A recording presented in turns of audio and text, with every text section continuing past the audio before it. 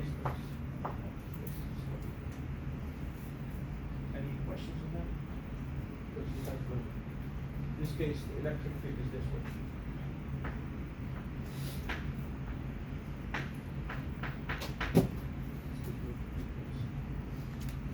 Again, what's the electric field outside? Electric field here, you have zero. Zero everywhere except between the two plates. Let's simplify this. So we get U equals 2 half epsilon naught, epsilon naught, and then electric field squared times. You will have D squared over D. That's D, right? And then the area.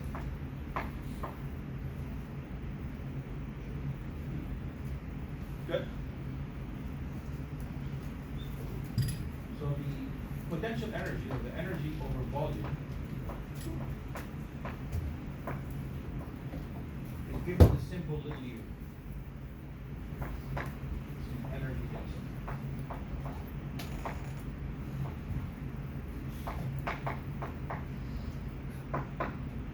What does A times D mean? The area of the plate times the distance between the two volume. Yeah, that's the volume. Right? That's the volume. And that volume is filled with electric field, right? With electric field. So if I divide both sides by the volume, which is divided by area times D, what's left? Like 1/2 epsilon naught D squared. So we say this is the energy density of the electric field. So if you have a region in space, if there is an electric field, there is energy per unit of volume everywhere where the electric field exists. Okay. Now, we will take another look how to derive this expression using forces. But just right now, we derived it specifically for parallel plates, right? And it happens actually to be general, to hold, even if the field is not uniform or the plates are not parallel. So anywhere there is an electric field, there is an energy associated with that electric field, energy per unit of volume. And we'll discuss this when we talk about electromagnetic waves, because you have an electric part and a magnetic part for the wave, and it is energy that's being transferred from one phase to another. So let's take another look on how to get this expression in a slightly different way. Okay? So try to follow with me. It's mechanics. This next one, I guess it combines electricity and mechanics. Here is a plus plate, let's say.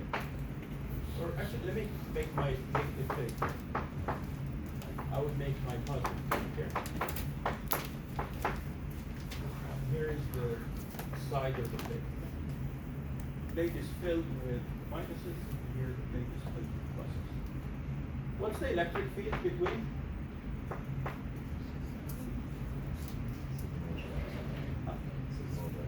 Sigma over epsilon. Good. And that electric field is because the electric field due to the pluses is sigma over 2 epsilon naught, right? And the electric field due to the minuses is also sigma over 2 epsilon naught. And they happen to point in the same direction between the plates. They both point to the right. So when we added them, we get this, right? Now, look at the positive plate. It's attracting the negative plate.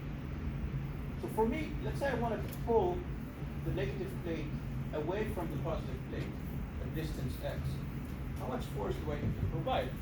Well, my force, the force that I have to provide to the right, must equal to the force with which the positive charges are pulling this negative, right? So that's what I first step. So let's figure out how much force is the positive plate applying on the negative plate. The force on the negative plate due to the positive plate, I have to use the electric field due to the positive plate, right? Not all of the electric field, because this part of the electric field is due to the negative charges, and a charge doesn't apply a force on itself. Right? So let's take a little patch here of area dA. Let's call this dA. The force on it is this way, right? The force on it is to the left. The plus are attracting. The force on it, let me call it dF, it's equal to dq times the electric field, right? dq times the electric field. But what's the electric field? Is it due to the pluses or due to the minuses? Yeah. dq will equal to sigma times dA, right? That's the amount of charge found in this area dA. The electric field due to the pluses is sigma over 2 epsilon naught. So dF will be sigma squared, sigma times sigma squared over 2 epsilon naught times dA. So the total force on the entire plate is just going to be sigma squared 2 epsilon naught times the area, right? That's the total force with which the one plate is pulling on the other. So the force is this way. So the force I need to provide must be to the right. The force that I need to provide must be to the right in order to pull the plate a distance dx. So suppose I would like to pull the plate a distance dx. So my force must equal to this force, right? At least equal to it. So the work done would be the force times dx. So dw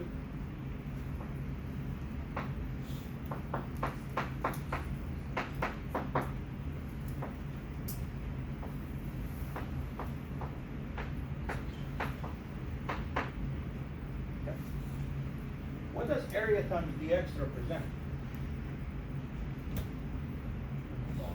The additional volume I have increased the capacitor by, right? So it's a small amount of volume, dV, d volume. I'll call it d volume. I was going to call it dV, but then V is the potential also. So that's confusing. So I'll just call it d vol, volume. So dW divided by the volume, that's the energy, the work per unit of volume, will equal to sigma squared over epsilon naught and then a half, right? Which is this part. Which can be written as 1/2 of epsilon naught times sigma squared over epsilon naught squared. Just doing some algebra. Which is 1/2 of epsilon naught sigma over epsilon naught squared. What's sigma over epsilon naught? That's the electric field, the total field between the two plates. So this becomes 1/2 of epsilon naught E squared. What I need you to remember is this. That's the energy per unit of volume. I didn't want to say that ahead of time because you would ignore the derivation. So, but bottom line is this is what we need to do. I would refer to it quite a few times.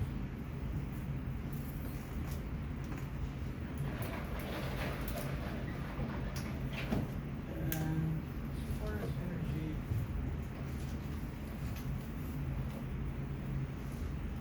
yeah, I need to talk about capacitors in series and parallel.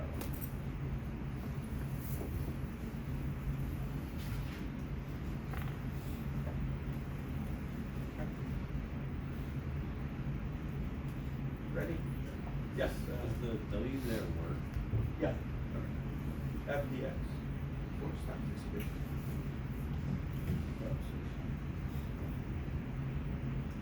So capacitors, yeah. I still don't understand why you write two forces there. Why what? Why you draw two forces. Oh, the positive plate is pulling it to the left, right? Pulling the negative plate to the left. The what? The positive plate is pulling on the negative plate, right? In what direction? All right. So this plate is pulling this plate, right? In what direction? the left, yeah, or let's see, right, left, this one. Right, the pluses are attracting the minuses, so it's to the left. So my question is, how much force do I need to provide to pull the negative plate to the right? So I have to apply a force to the right. And that force should at least equal to the force with which the pluses are pulling. So, I guess, think of it just, if you have just two charges. Here's a plus charge, here's a negative charge. So there is a force due to this charge to the left, right? On this one? Yeah. If I want to move the negative charge to the right, what do I need to do? Pull it back. I have to pull it this way. How much my force needs to be, at least? At least equal to this, right? Yeah.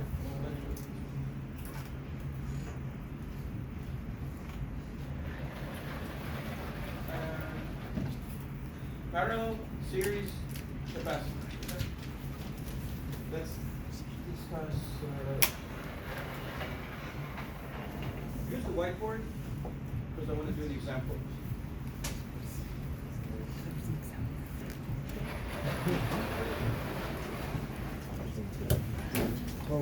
Or, oh, you need it?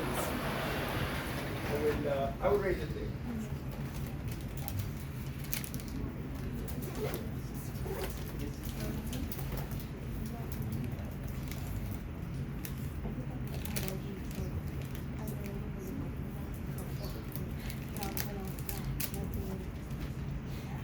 Capacitors in parallel.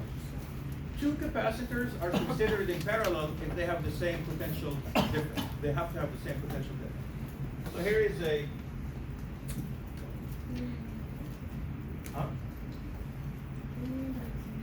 let's see. So here's a capacitor C1, and here's another capacitor. Let's call it C2, and here's a third capacitor called C3. And they can, you can have more and more, right? So let's just have these two. So here is the battery, plus, minus, and then so this one would become plus, minus, plus, plus, minus, minus. Okay. First of all, I want to show you that the voltage or the potential difference, when I say voltage, I also mean potential difference. The voltage across capacitor 1 is the same as 2, and it's the same as 3, and it's the same as the battery. Everybody has the same potential difference. And to do that, I will refer again to the loop rule. So here's what I do. So my first thing, I'm saying this. V1 V2 and it's equal to V3, and all of them are at the same potential as the battery. So let's see what. Okay. So imagine again the battery. Let's imagine it has a particular value. Let's say 12 volts. Okay, 12 volts. Here's the loop rule. Let's apply the loop rule to the bottom loop here. Okay, the loop that only involves. So the loop rule applies for any arbitrary loop, but we're going to use loops that have to do with our circuit so that we get results relevant to us. So you can start anywhere. I always like to start at the negative end so that when I go from here to here, the change would be what? Positive. So imagine I start here. So I go from here to here, so the change is positive. And let's say it's 12, so plus 12, right? Again, nothing special about 12. It just happens car batteries, I think, are 12. So let's just use that. So 12. What's the change here? No change, right? Because it's a conductor. Yeah, wire. And then I go from here. So here's my and then the change from here to here is negative. Yeah, minus V1, right? The potential across C1. So minus V1, and I'm back to the same point. So that should be 0. So we conclude that 12 minus V1 is equal to 0. So V1 is 12. So V1 must equal to E. Let's use another one. Another loop. Let's use this loop. Start here. Again, you can choose any loop. And here's my loop. 12 minus V2 back to here, 0, so 12 minus V2 equals to 0, so V2 must equal to 12. And the same thing for V3. And then also, you can choose this loop, right? We could have chosen this one, the one that involves 1 and 2. The change from here to here would be what? V1, right? Positive V1 minus V2, back to the same point, equal to 0. So V1 minus V2 is 0. So V1 is equal to V. Okay. Is that clear? This loop rule thing set up. How do you know that, like, you're only gonna be going like, how do you know you're not? Like, how do You can choose any loop as long as it's closed. as long as it's. Yeah, and we usually choose simple loops so that you get the result will be quick. I mean, you can choose some, like, yeah, but why would you do that, right? How do you know you're using it? If you have like so many options, is it because it's a closed path? Yeah, we choose. So you could like essentially just go and put an S6 shape and it Yes. would still be fine? Yes, as long as you come back to the same point, the change has to be 0. The change has to always be 0. You can convince yourself afterwards. Yeah. Did you travel on the same wire twice? Yeah. You loop twice. Yeah, you just have 0 and then another 0. What I'm saying is, let's say you go from the battery to C1, and then, Like this. yeah, and then from C1 you go up to C2, Like this. and then go back down to C1. Yeah. You would still be 0. Change as long as you come back to the same point, it's gonna be 0. So in real life, are your electrons, your flow, is it also random, but in a closed path, or is I it? am. So this one is not the flow of electrons at all. Just potential difference. So like when you're saying like, oh, I guess. Just potential difference. So imagine the battery connected to these capacitors, we get the following. Yeah. So here's our goal. Yeah. Do these capacitors have to be charged before working as your own, or could you flip these capacitors and they would still work the same? They started uncharged, and then because you connected them this way, because this end of the battery is plus, both of these, all of these have to end up plus. So if you were to flip one of them, would that change anything? It would still be plus on this side. Yeah. If potential 1, 2, and 3 is equal, are they? Do they also have same charge? Well, we're gonna get to it. The answer, short answer is no. No. No. Okay. Yeah. So let's see why that is. Okay. So our goal is to do this. We're going so capacitors in parallel. So imagine you want to what do capacitors do? They hold charge. So there is charge on this one and on this one and this one. So the total charge Q total is Q1 plus Q2 plus Q3. Okay. And here's our goal. Suppose we want to replace these 3 capacitors by just one capacitor. We have to do this. I'm going to replace them by one capacitor called C equivalent. C equivalent. It will do the same job as these 3 combined. What does the same job mean? It means this. When connected to the same battery, it will hold the same amount of charge as these 3 capacitors. So meaning the total charge on this capacitor, which is Q, will equal to the sum of these 3. And the question is, how does C equivalent relate to C1 and 2 and 3? Is it just the sum? C1 plus C2 plus C3, or maybe it's a slightly more complicated way. And so let's see what it is.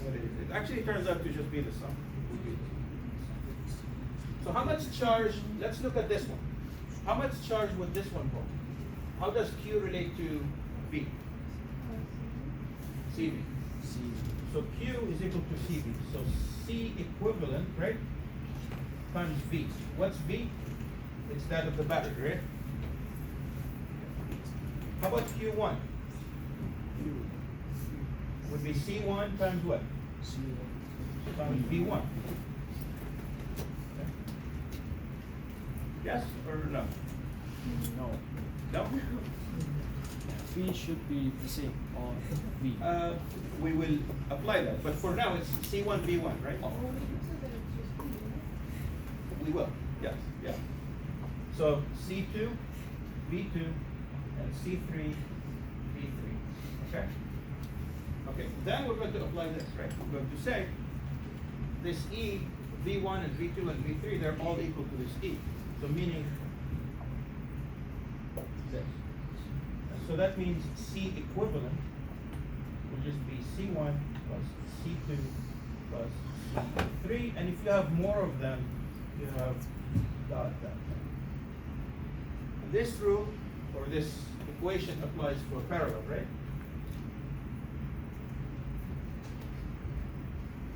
Parallel. So in parallel, it's just simple addition. We're going to look at series now, and then we'll do an example of both.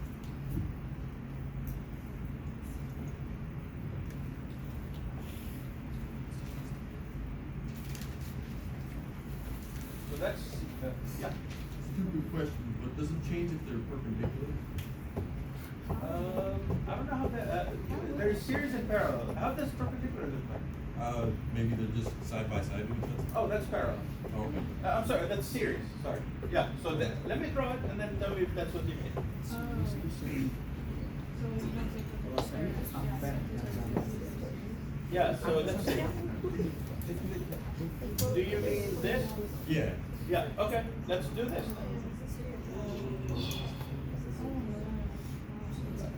You have C1, followed by C2, followed by C3, right? So here is the battery. Okay. Okay. So let me introduce you to another component of the circuit. So imagine they're not connected yet. I drew a little thing. You don't have to change what you drew. So imagine they're not connected. They're not charged. Okay. This thing here. This is called a switch. So this is a switch. When you close it, the plus charges from here, they will start flowing. Okay, start flowing. Quickly though, everything will charge and will reach equilibrium. So I'm going to close that switch, so we get this. All right. So let's think about what's happening. All of these are conductors, right? They started and charged. So let's look. This is the battery. Plus charge, let's consider a couple of plus charges that go here. Look at the middle here. This little thing that looks like an H. This looks like this. It's neutral, right? Started neutral. And this end can get charged because it's connected to the battery, but this one has to remain neutral. So, if I have a plus charge here, what does a plus charge do? Attracts negatives. So it will attract negatives. Attract negatives. And it will repel positives, right? And the number of negatives it applies is equal to the number of positives it has repelled because it started neutral. You can't have extra charge on it. So that's there. Then this one is also neutral, right? It's neutral. Nothing is touching it. But I have pluses here. What do? They would attract minuses, leaving here pluses.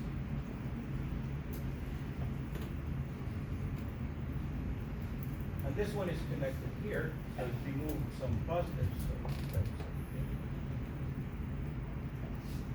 So now, I'm going to ask the following. Let's apply the loop rule and then see what happens. Here's the loop rule. Let's start here and ask what's the potential change from here to here? E. Just E, plus E.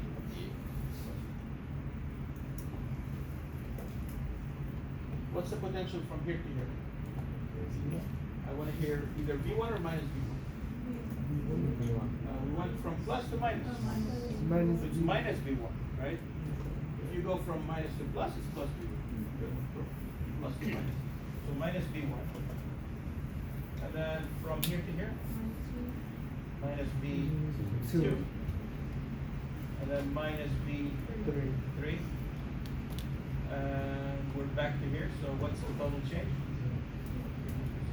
So that means E is equal to V1 plus V2 plus C3. Okay. Here's our goal. Our goal is to ask the question, if I were to replace all these three capacitors that are in series with one equivalent capacitor, what should it be? So meaning it should hold, when connected to the same battery, it should hold the same charge. Same amount of charge. So first of all, this equivalent capacitor has the same E, right? It has the same. Now, what's the total charge here? What's the net charge? How much charge did you get out of the battery how much charge did the battery remove? Let's say the battery placed positive Q here. Did the battery place the positive Q here? No. Did it place the positive Q here? No. So it only placed the Q, total charge Q. And then that Q attracted the minus and then left the positive here, and this positive attracted minus. And then left the positive here. Okay. So the total charge, actually, in this case, Q1 is equal to Q2 and it's equal to Q3. And they're all, we can just call it Q. So my equivalent capacitance will hold the same amount of charge Q. So, now, let's look on the left side. What's the relationship between the voltage and capacitor? I want to eliminate voltage, and I write it in terms of C and Q. Yeah, so we get, where is that equation? Yeah. C is Q over V, so V would be Q over C. V is Q over C. So here, you get Q over C, but C equivalent, right? Equivalent capacitance.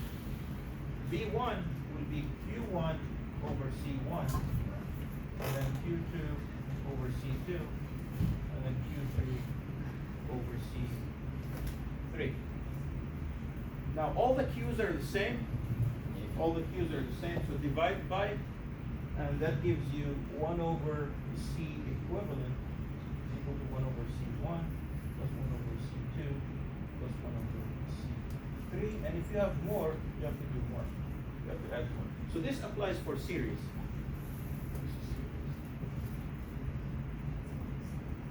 So for series, it's more complicated. You have to add the reciprocals and then finally take the reciprocal. So let's do an example. Going to do an example here. A quick one, okay? A quick example, and then we will do a slightly longer example.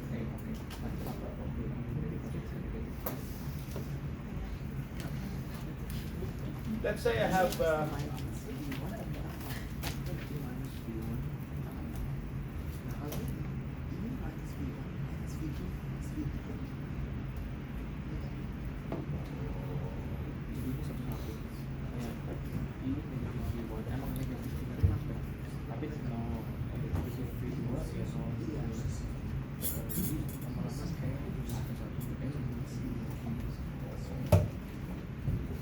what would C equivalent in this case be? They're in parallel? Yeah, so just 5, right? So you just add them. So parallel, you simply add simple addition. So 5 microfarads. Okay, let's do the same capacitors, but now they're in series. C1, C2. And I would like to know what their equivalent is. We have to do we do this, right?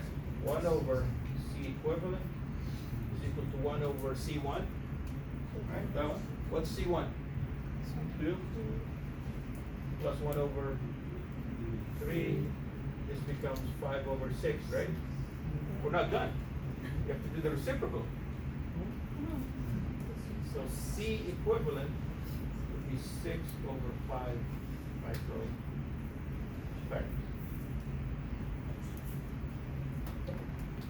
To add the reciprocals, but don't forget to take the reciprocal of that to get the C equivalent.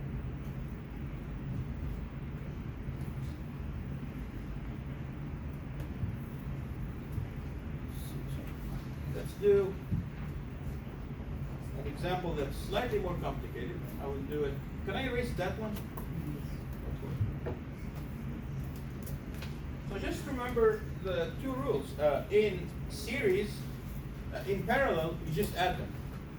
Simple addition, just add them. Nothing more than that. Series, you have to do more. You have to do add the reciprocals and then take the reciprocal of that, and then that will give you your C equivalent.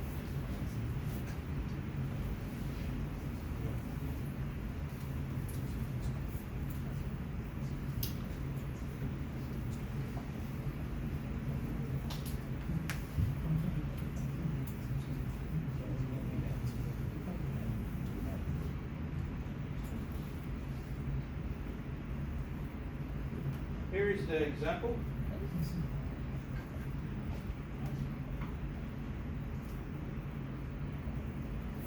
I have a 12-volt battery, 12 volts, connected to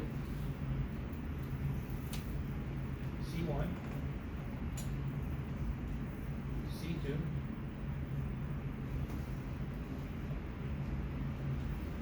C3, and then back there. And then I need to give you that C1.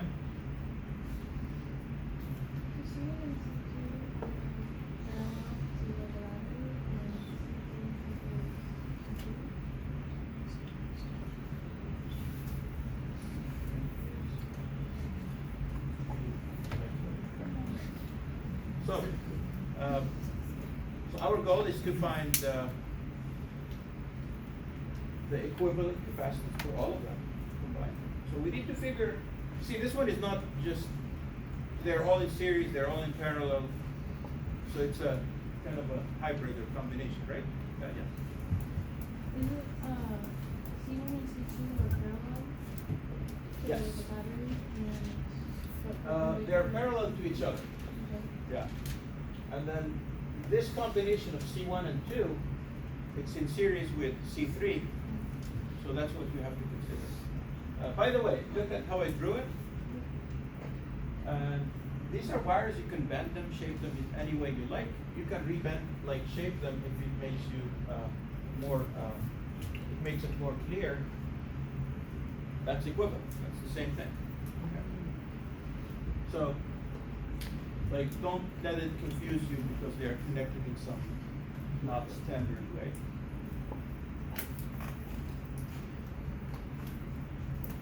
So do we agree that C1 and C2 are in parallel with each other? They have to have the same voltage, right? You have to have the same potential. Apply the loop rule. By the way, this is the plus, so you will get pluses here, minus, plus, minus. So apply the loop rule, do this. Look at this loop here. So I like to apply the loop rule, even though it's clear, but just to confirm. What's the change from here to here? It's V1, right? And then from here to here? V2. V2 minus, right? Negative V2. So V1 minus V2 back to where I started equal to 0. So V1 has to equal to V2. So they are in parallel. Now don't make this mistake. C1 is not in series with C3. C1 on its own is not in series with C3.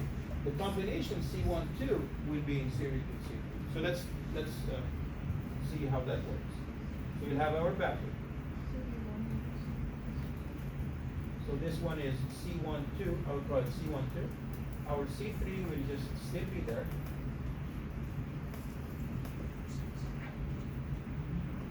C12 is the equivalent for C1 and C2, but they're in parallel, so that's simple addition, right? Just add them, which becomes what? 6 microfarads. C3 is 3 microfarads. Okay. Now these are in series. Because they are in series, you have to do the reciprocals and then take the reciprocal. So that's this. So this one would be C1, 2, 3, right? That's the equivalent of 1 and 2 and 3. That's what I mean. Not 123, just that. And so let's do some side work here. We got 1 over C1, 2, 3 will equal to 1 over what? Plus 1 over what? 1/6 plus 1/3. Good. 1 over 6 plus 1 over 3. This is 2 over 6, so 3 over 6, which is 1/2, and 1 over that becomes 2, right? So C1 through 3 is equal to 2 microfarads. That's it. Sounds good? All right. We're not done yet. We're going to do a few more things. The first question is, what's the total charge on this one? That's right here. Q1, 2, 3. How do I find it? C times V. C times V. Yeah, this is, remember, this is 12 volts, right? That's a 12 volt battery. So it is C1, 2, 3 times V, or V1, 2, 3, right? 1, 2, 3. Let's see how much it is.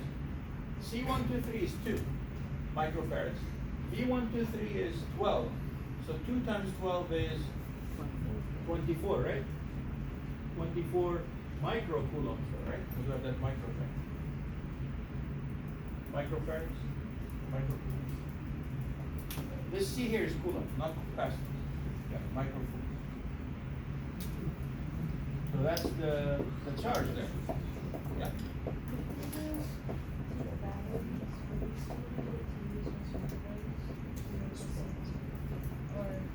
It depends where the battery is.